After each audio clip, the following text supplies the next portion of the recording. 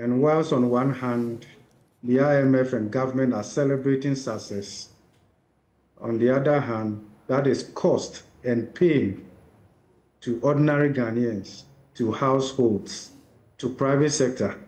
So there's no breathing space for households, citizens, and the private sector. It's simply because the state is not at rest.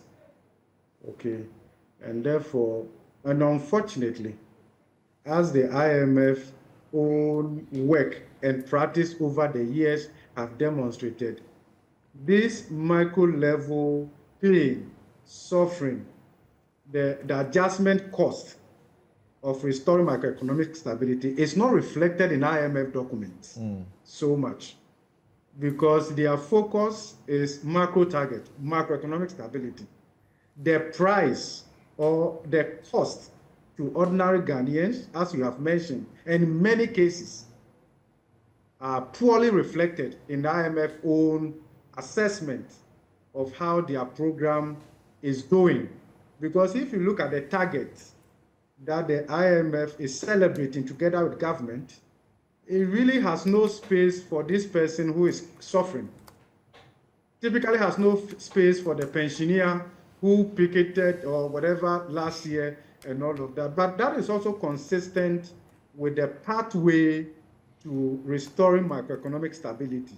The understanding is that when you mess up your economy, as we did, and there's no dispute about that now, because the IMF report has also confirmed that Ghana's vulnerabilities pre-existed even before, in other words, before COVID.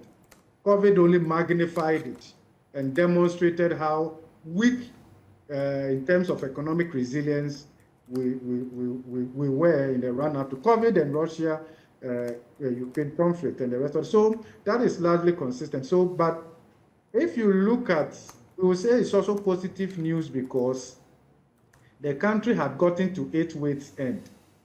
The only way out was to reach out to the IMF. So it would be quite disastrous for Ghana to say that, or to receive the news that even under an IMF program, we are not doing well. That will just heighten the uncertainty. But to the extent that the delays in the approval of the first review, it should have been done latest by the 1st November 2023. And we had to wait all this while. And 32 million people or so, all that we're doing was to wait for IMF board approval for $600 million.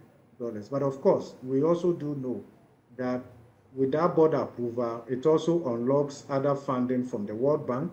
I think about $550 million. $250 million of that will go to support the setting up of the Financial Stability Fund.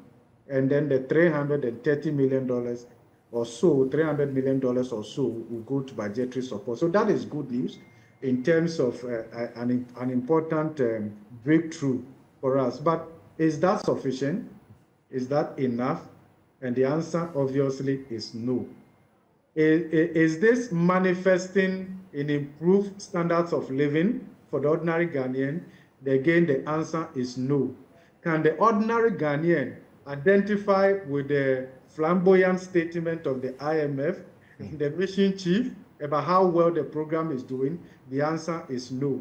The reason is that we are not yet done in terms of the corrective, painful adjustment that is earmarked for Ghana under the program in order to restore macroeconomic stability. And that is why you will see that a country that has gone through a painful fiscal adjustment of higher taxes, expenditure rationalization, domestic debt exchange, the only viable way it could welcome its citizens into 2024 was to impose VAT on electricity consumption.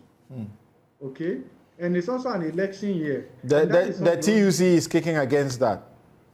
I support them. In fact, I'll be glad to join them if they want to demonstrate against this.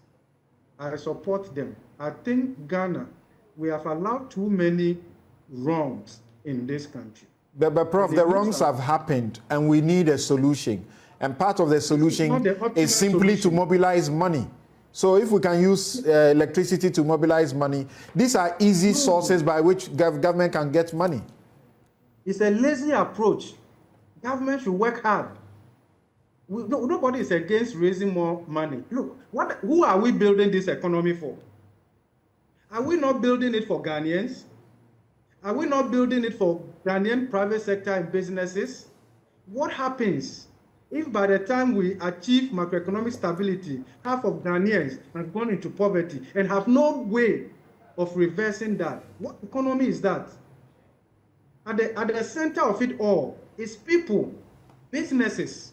So we are looking at the optimal way of raising revenue without compromising the ability of households to also meet their needs and private sector to also continue to remain competitive.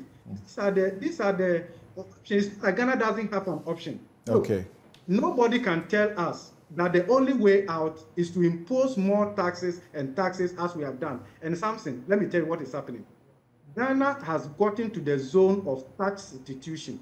So the more we impose taxes, the real effect in scaling up our tax revenue to GDP ratio is not seen.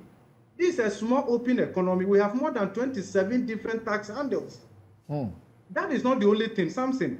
If since 2020 and the taxes we have imposed, if you estimate the compliance cost to the taxpayer is huge. Configuring systems virtually every 6 months. There is no predictability. Look, the banking sector, they spend millions of dollars to configure their system to allow the charging of e-levy. Check the manufacturing sector. They pay so much and disruption to their production line just to fix a tax stamp or something. Okay, virtually every 6 months, there's some level of disruption to planning, to production process. This is, look, let me tell you something. My considered view is that what Ghana is doing is not taxation. This is a state-sponsored robbery. This is robbery that leaves the citizens financially repressed. It should not be accepted.